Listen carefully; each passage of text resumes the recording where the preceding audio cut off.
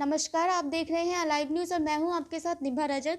जैसा कि आप सबको पता है 30 जनवरी है और विश्व कुष्ठ रोग दिवस आज मनाया जाता है। जो कुष्ठ रोगी हैं कहीं न कहीं लोगों के अंदर लोगों के मन में ऐसी भ्रांति होती है, ऐसी चीज़ें होती हैं कि जो कुष्ठ रोग है वो पास जाने से फैलता है या जो कुष्ठ रोग होते हैं उनको हीन भरी निगाहों से देखते हैं, उनके साथ हीनता का व्यवहार करते हैं। तो इस बार जो कुष्ठ रोग दिवस की जो थीम है वो है कि जो कुष्ठ रोगी हैं उनके मानसिक तनाव को दूर करना है, कुष्ठ रोग से लड़ना है, रोगी से नहीं लड़ना।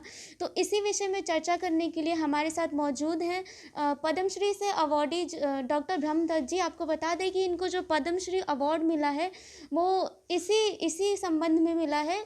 इन्होंने जो कुष्ठ रोगी हैं उनकी सेवा की है, उनकी सहायता की है, इसी विषय में इनको पद्मश्री मिला है। तो हम इनसे बात करेंगे कि जो कुष्ठ रोग दिवस है, जो आपको इससे पहले बता दें कि जो कुष्ठ रोग दिवस है वो गांधी जी की जो पुण्यतिथि है, गांधी जी को याद करके मनाया जाता है और इसकी शुरुआत 1954 में हुई थी। तो हम इनसे जानेंगे कि पहले की स्थिति क्या थी, जो सरकार है वो लोगों के लिए क्या-क्या कदम उठाए हैं, कुष्ठ रोगियों की कैसे सहायता कर रही है। स्वागत है सर आपका हमारे चैनल में। Thank you. सर, जो कुष्ठ रोगी हैं उनको किस एक समाज में जो लोग हैं वो हीनता भरी निगाहों से देखते हैं, तो कैसे लोगों को जागरूक किया जा सकता है इस विषय में क्या कहना है आपका? देखिए, आपने सही कहा कि कुष्ठ रोगियों को आज भी हकारत की नज़र से देखा जाता है, घृणा की नज़र से देखा जाता है, लेकिन इसके पीछे कारण है। कुष्ठ रोग एक ऐसी बीमारी थी जो असाध्य थी, यानी लाइलाज थी, जिसका कोई क्योर नहीं था, क्योरेबल नहीं थी। और जिसको कुष्ठ रोग हो जाता था उसको सरकार के विभाग पकड़ करके एसाइलम में डाल देते थे, क्योंकि इलाज तो था ही नहीं। और वो खून निकलते हुए, रात निकलते हुए, भूखे प्यासे वहाँ मर जाते थे, कोई इलाज नहीं था। पानी भी हॉलो बैम्बू रोड से दिया जाता था, कपड़े में बांध करके खाना दिया जाता था, कुत्ते की तरह उस पर झपटते थे खाना। इसलिए लोगों को ये था कि जिनको कुष्ठ रोग हुआ है उनको उनसे बचा जाए, उनसे दूर रहा जाए और उनको अपने से अलग रखा जाए। दूसरा, हमारी कुछ धार्मिक विचारधाराओं में ये भी था कि कुष्ठ रोग, ऐसे तो किसी भी रोग के बारे में यही है कि वो हमारे पहले कर्मों का फल मिलता है, ये कुफल मिलता है। इन दो कारणों की वजह से उनसे नफ़रत की जाती थी। लेकिन मैं तारीफ़ करना चाहूँगा अपने डॉक्टरों की, विदेश के डॉक्टरों को, ख़ास तौर से डॉक्टर हैंसन जो जर्मनी थे, उन्होंने एक इसका इलाज निकाल लिया। उसे हम एमडीटी कहते हैं, मल्टी ड्रग थेरापी। और उसका 55 से इंडिया में भी लागू हो गया, 53 में शुरू कर दिया था, 55 में जनरल मार्केटिंग होने लगा। अब इसका पूरी तरीके से इलाज है, किसी भी स्थिति में 100% क्योर है, इनक्योरेबल नहीं रहा। और पहले जो कुष्ठ रोग की वजह से विकलांगता आ जाती थी, अब वो विकलांगता भी नहीं होती है। जो पुरानी विकलांगता हो गई है उसका भी हम रिकंस्ट्रक्टिव सर्जरी से इलाज कर लेते हैं। इसलिए अब नफ़रत कम होती जा रही है। और फिर ये कानून भी बन गया है कि आप किसी व्यक्ति को कोढ़ी नहीं कहेंगे। कोढ़ी कहना गैर कानूनी है। WHO ने इस तरीके का निर्णय ले लिया है। उनको कुष्ठ पीड़ित, प्रभावित या कुष्ठ रोगी कहेंगे। तो तब तो बहुत ज़्यादा नफ़रत थी, लोग दूर भागते थे, परिवार वाले भी बाहर निकाल देते थे, सरकार भी समाज में या परिवार में नहीं रहने देती थी, मानो गिरफ्तार ही करती थी, बावले कुत्ते की तरह से पकड़ करके असाइलम में डालती थी। तो अब नफ़रत कम होती जा रही है, लेकिन अभी भी गरीबी में हैं, उनको नौकरी नहीं मिल सकती है, उनको कोई और साधन नहीं है, ज़्यादातर लोग भीख मांग करके गुजारा करते हैं। इसलिए अभी भी उनके साथ न्याय नहीं हो रहा है, सामाजिक न्याय नहीं हो रहा है। सर, जो कुष्ठ रोगी हैं उनके लिए सरकार ने पहले क्या नियम बनाए थे और अब उनमें कितनी बढ़ोतरी हुई है, क्या तरक्की हुई है? देखिए, पहले तो ब्रिटिश राज में जितनी ब्रिटिश कॉलोनीज़ थी वर्ल्ड ओवर, उनके लेप्रोसी एक्ट थे। जैसे हमारे यहाँ इंडियन लेप्रोसी एक्ट 1898 था। चाइना में, जापान में, नेपाल में, जितनी भी ब्रिटिश कॉलोनीज़ थी वहाँ कानून था। और उस कानून के हिसाब से, क्योंकि असाध्य रोग है और छूत की बीमारी भी मानी जाती थी, ज़्यादा नहीं लेकिन फिर भी थी, इसलिए उनको समाज से, परिवार से अलग करने का कानून था।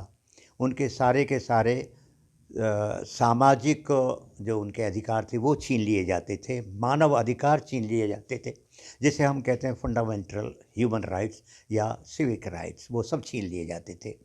वो वोट नहीं दे सकते थे, इलेक्शन नहीं लड़ सकते थे, शादी नहीं कर सकते थे।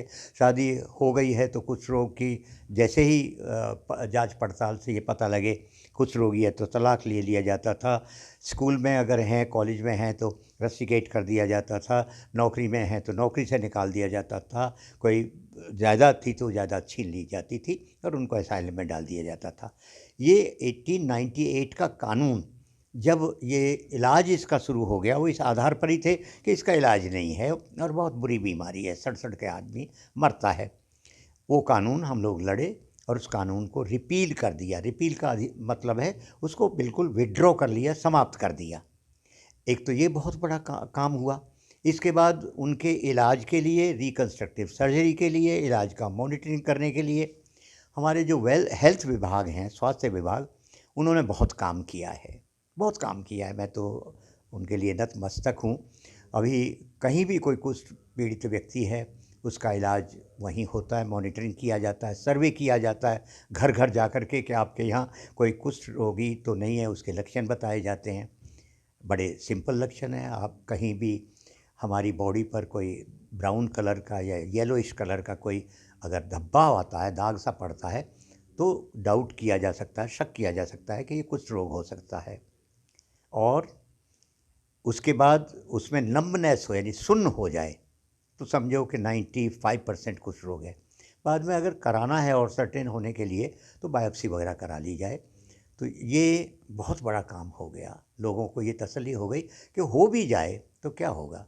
मेरे जैसे व्यक्ति को जब ये काम शुरू किया 1977 में, मैंने काम शुरू किया, 3 साल के बाद मुझे पता लगा कि अरे ये तो इतना ख़तरनाक रोग है। मुझे लोकसभा में भी यही पूछा कि आपने इतना ख़तरनाक रोग के से डरे नहीं आप? तो मैंने कहा पहले तो मुझे पता नहीं था कि इतना ख़तरनाक रोग है, इसका इलाज नहीं है और मैं भी इसी तरीके से मर जाऊंगा, घर से निकाल दिया जाऊंगा, समाज से निकाल दिया जाऊंगा, ये सब कुछ होगा। लेकिन जब 3 साल के बाद पता लगा तो फिर सोचा सबको थोड़ा ही होता है। हो सकता है भगवान मुझे ये बीमारी नहीं देंगे, मेरी बॉडी इतनी इम्यून होगी, रोग से लड़ने की शक्ति होगी कि ये इलाज हो जाएगा। तो ये कानून हमने फिर ख़त्म कराया कि अब जब कुष्ठ रोग का इलाज हो गया है तो अब ख़त्म कीजिए।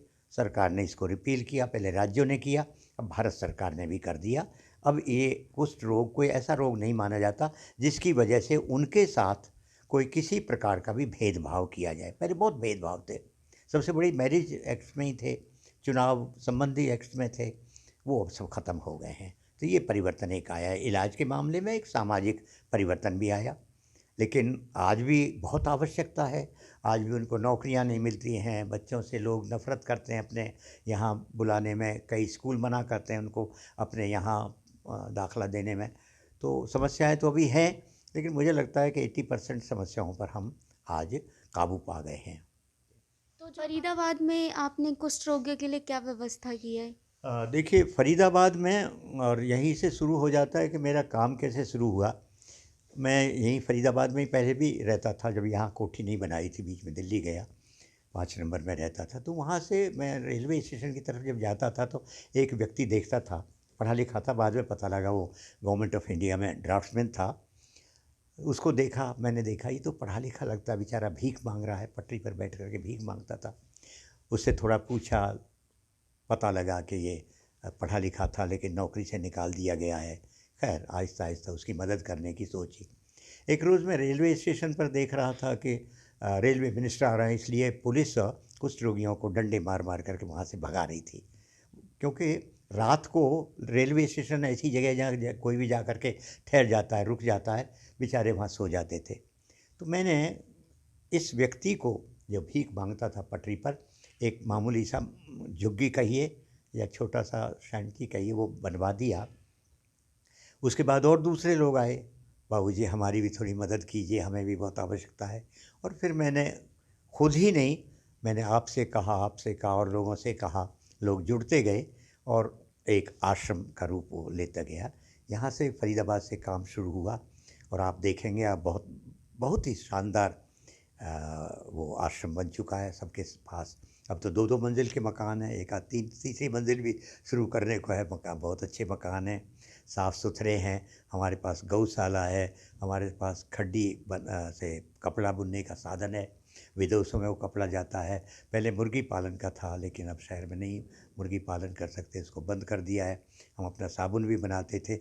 सेल्फ हेल्प ग्रुप है महिलाओं का, जैसे हमारी 3 महिलाएं काम करती हैं। अब तो बच्चे भी पढ़े लिखे हैं और आप देखेंगे कि इवन आईटी इंडस्ट्री में काम कर रहे हैं हमारे बच्चे, तो काफ़ी खुशहाल हैं। कोई व्यक्ति भीख नहीं मांगता।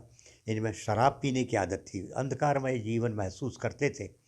रात को शराब पीना, आपस में लड़ना झगड़ना, सो जाना, सुबह उठ करके फिर भीख मांगना। शराब बंदी पूरी तरीके से हमने सफलतापूर्वक प्राप्त कर ली है और पढ़ाई लिखाई की तरफ हम उनको प्रेरित करते हैं। युवाओं के लिए काफ़ी काम अब हो रहा है फरीदाबाद में। अब जाएँ तो वहाँ ऐसा लगेगा ही नहीं। वहाँ पर जो सुविधाएं हैं, जो हमारे टॉयलेट्स हैं, बाथरूम हैं, पीने के पानी की सुविधाएं हैं, पूजा स्थल है और ये चरखी हथकरघा वगैरह का जो हैंडलूम का जो वहाँ है काम हो रहा है, इससे काफ़ी काम फरीदाबाद में हुआ। बल्कि मुझे याद आता, हाई कोर्ट में मैं एक केस बहस कर रहा था, तो मैंने फरीदाबाद के में बताया, तो हाई कोर्ट ने आदेश किया दिल्ली सरकार को कि ब्रह्मदत्त जी ने जब वहाँ इस तरह से कमाल करके दिखाया है जैसे वो बता रहे, तो आप जाइए। अगर वो शराब छुड़ा सकते हैं, वो भीख मांगना छुड़ा सकते हैं, वो उनका कल्याण के लिए, शिक्षा के लिए काम कर सकते हैं, तो आप क्यों नहीं करें। और वहाँ की दिल्ली सरकार के डायरेक्टर, असिस्टेंट डायरेक्टर वहाँ यहाँ आए, उन्होंने हाई कोर्ट में भी रिपोर्ट दी और फिर कहा कि इस तरह का दूसरी जगह भी काम करवाइए। तो यहाँ काम काफ़ी हुआ है। यहीं से शुरू भी मैंने किया था 1977 में और अब तक ये चल रहा है। अब हम 2021 में पहुँच गए, तो आप अंदाज़ा करिए कितने आश्रम इस तरीके के बने हैं जिनमें उनको रोजगार दिया जाता है? टोटल आश्रम हमारे पास 835 हैं हिंदुस्तान में। 200 में मेरा इंटेंसिव काम है, बाकी में जनरल काम है। और मैंने उनका सर्वे किया है, हर राज्य का बुकलेट मैंने बनाई हुई हैं, हर आश्रम का मेरे पास जानकारी है।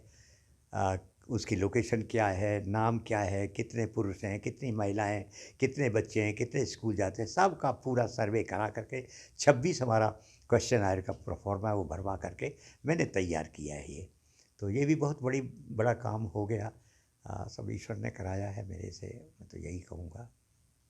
बहुत धन्यवाद। तो ये थे हमारे साथ डॉक्टर ब्रह्मदत्त जी, जिन्होंने बताया कि कुष्ठ रोग से डरने की ज़रूरत नहीं है। अगर किसी को हो जाता है तो वे समय पर इलाज कराए। इसका इलाज है हमारे देश में और आसानी से इसका इलाज हो सकता है। इनकी संस्था भी है जो लोगों की सहायता करती है, लोगों का इलाज करती है। तो ऐसी हमारे ज़िले की छोटी बड़ी खबरों के लिए जुड़े रहिए हमारे साथ। धन्यवाद। खबरों की विस्तार से जानकारी के लिए सब्सक्राइब करें हमारा चैनल और क्लिक करें बेल आइकन पर, ताकि कोई भी खबर आपसे अछूती ना रह सके।